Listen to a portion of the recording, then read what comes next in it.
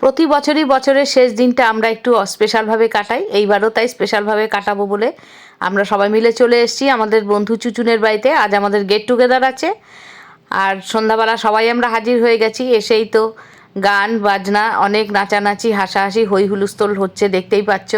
খুব আনন্দ মজা করছি সবাই।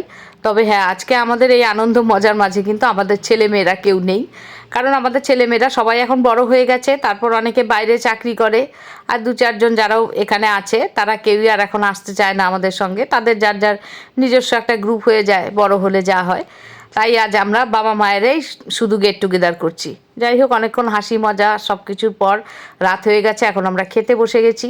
আর আমরা খেতে বসলাম ঠিক রাত 12টার সময়। এদিকে চারিদিকে বাজি ফাটছে। খাওয়া দাওয়া হয়ে গেল। খাওয়া দাওয়ার পর আমরা অনেক আনন্দ গল্প করলাম, আরও করে তারপর রাত 1:30টার সময় যে যার বাড়ির দিকে রওনা হলাম। হ্যাপি নিউ ইয়ার সবাইকে।